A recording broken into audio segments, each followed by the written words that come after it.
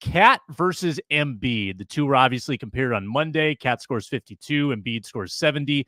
Embiid is the defending MVP. He's a scoring title winner.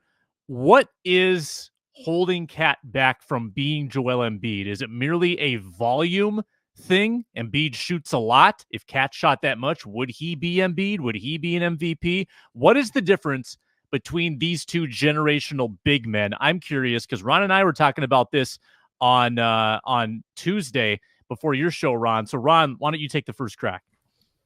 Yeah, I'm quick. I mean, the quick answer is Embiid has been doing it at a more consistent clip. And I think that's the big difference. He's been consistent with how he scores. He's not trying to shoot threes all the time. And I think that's the difference. Cat, at his size, could be one of the most dominant power forwards in the game of basketball. I mean, if you think about Tim Duncan, back to the basket, learn the footwork. Akeem Olajuwon, back to the basket, learn the footwork, learn how to get through, tight spaces, use his strength to go up. Tim Duncan had one of the best, fundamentally sound jumpers off the backboard. I mean, we called him big fundamentals for that. Cat is kind of a wild card. He wants to be this Kentucky guard. He wants to shoot. And Calipari said, get your big ass down there on the block, and I'm going to make you a first-round draft pick. And what does Cat do? He does it. But he gets to the NBA, man, I could shoot, man. Like, stop disrespecting me, man. I could shoot. You are the biggest guy on the floor sometimes, and you want to shoot threes. And I think that's the difference. Embiid gets it at the block. He gets it at the top of the key. Even if he gets it at the three, his first movement is to drive. He's trying to figure out, how can I get closer? And I think that's the only difference. They're both really good. I would take either one on my team, but if I had to pick between the two, I'm taking Embiid because he plays within the scheme of his game more. Also, Karl-Anthony Towns has Rudy Gobert, who's already down there. Then he also has Anthony Edwards, who's a really good scorer. Whereas Embiid, he did play with James Harden. They were really good when he did it, but clearly Harden could feel it. Like, we have to go to Embiid every once in a while. So that's why Harden wanted to get out of there. So that's the only difference. But I think, I don't know, Embiid to me seems a little bit more polished when it comes to being a true big man. And Karl-Anthony Towns wants to be this guard. Yeah, Embiid, he's got a little size or a little girth, I guess. They're the same height. Embiid's listed as 280 and does seem to get a lot of respect when he drives. He's become a very efficient two-point shooter, but nowhere near the three-point shooter that Karl-Anthony Towns is. So they are different players, certainly. But Reggie, what's your take? Yeah, it's really what Ron said. I feel like it's interesting because Cat wants to get the calls that Embiid actually gets.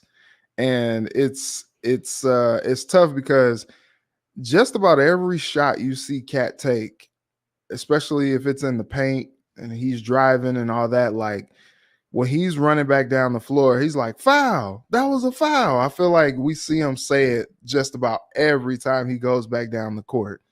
And he wants to get those calls, and Embiid gets all those calls. I think it's interesting too, like when you look at their game, sometimes it seems like Cat, when he drives, like there's a force like pulling him in the opposite direction sometimes. And when Embiid goes and decides that he wants to go to the rack, like there's nothing stopping him. He's got the Euro step, and like there's the biggest dude I've ever seen with the Euro step in my life. And he's much more efficient in the paint than Cat is. I think, Cat can catch and shoot, and that's fun. When you're on 2K and you got a big man and you're shooting threes, that's fun. And so like he's a fun big, but I think as far as like the skill set goes, I think what Embiid brings is a little bit more valuable just because he is more consistent when he's driving to the paint and he's getting calls and, guys falling off of him and still finishing through contact and all those things. And, I think Cat just leaves a little bit to be desired in that regard. I think it's a tough comparison just because they do two different things.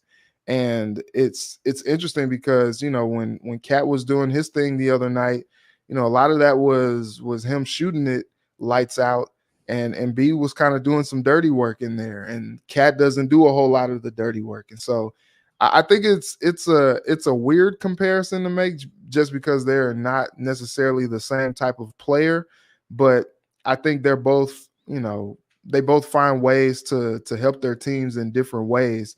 Embiid just kind of does it at an MVP level, and Cat, especially this year, I said the other night on Cat has kind of taken the passenger seat this season, and just kind of does what is needed of him on a night-to-night basis. And it was funny because, you know, on Monday night, he just kind of took the wheel back, like, hey, this is my car, I'm driving it. And we don't see a whole lot of that from Cat. And funny enough, it happened in a losing effort. So it's like, I don't know how much more we'll see of Cat taking the wheel, but it, you know, something like that shows, you know, Embiid in a winning effort, Cat in a losing effort, kind of shows the difference between the two guys, and as unfair as that may sound. Ben. Yeah, I don't want to turn this into just a Embiid gets the calls and Cat doesn't, and Cat complains too much conversation, but like, it's free throws. Like, that's the number one thing. And also, by the way, going back to Ron's point, Cat actually shoots more shots inside 3 feet and from 3 to 10 feet. So slice it up however you want. Within 10 feet to the basket, Cat shoots a higher percentage of his shots from that area of the floor than Joel Embiid does. Embiid does so much work from the mid-range, and Cat just doesn't shoot that many mid-range jumpers, and actually hasn't been, well, certainly not nearly as good as Embiid from that range. But I mean, this year, Cat's actually been decent from there.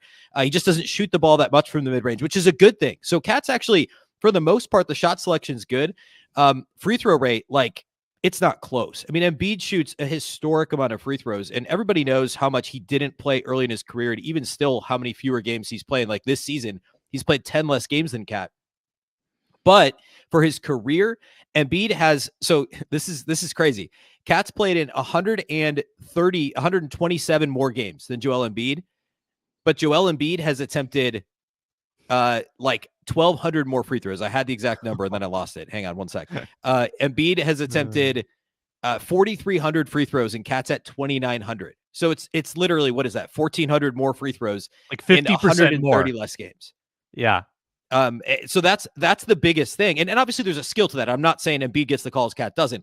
That's part of it, but there is also a skill to drawing fouls, and Embiid is really, really good at doing that. He also attacks the basket a lot. It's something Cat could do a little bit more of.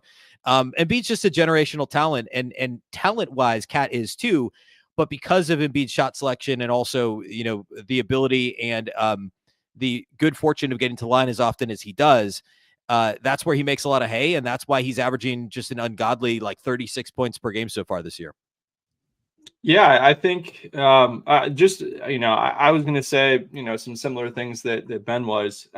But going back to what Ron said, I think the biggest difference to me, just in terms of their actual play, is I think Joel Embiid uses his strength a lot more effectively than Karl-Anthony Towns does. Karl-Anthony Towns, there's no way he's the same height as Joel Embiid. He's probably 2.5 inches shorter than Joel Embiid, despite what they're listed at. And he's like 45 pounds lighter than Embiid. And that really does make a huge difference when you're comparing the two, especially playing a similar position. But I think Joel Embiid also is a much more fluid athlete than Karl. I think you see the herky-jerkiness of Karl's kind of play and how he tries to draw fouls. And I do think that plays a significant factor into foul drawing. Like, you look at Jokic and Embiid, those two draw an insane amount of fouls compared to Karl because they're much more fluid than Karl. And I think that matters. And the other thing with Joel Embiid is Joel Embiid plays in a 4-round-1 offense. Like, all four guys out there around him can shoot threes. So he has much more room to work than Karl does. In the 1 year that Karl truly had a 4-round-1 system, he averaged 27 points on 50, 40, 80 shooting with 11 rebounds, 4.5 assists, and 2 stocks. And that was the year that got cut short because of his wrist injury and COVID in 2019-20. And so, and then obviously, like, you want to look at usage rate, which is the percentage of possessions that end either in that player shooting, getting an assist, or turning it over. Embiid's usage rate is 39%, which, if it's not the highest in NBA history, it's right there with Harden and Houston. And Karl's only at 27%. So that certainly matters as well. But yeah, I just think the way that Embiid uses his body is much more efficient and effective than how Karl uses it, you know, independent of, you know, the way that they play the game.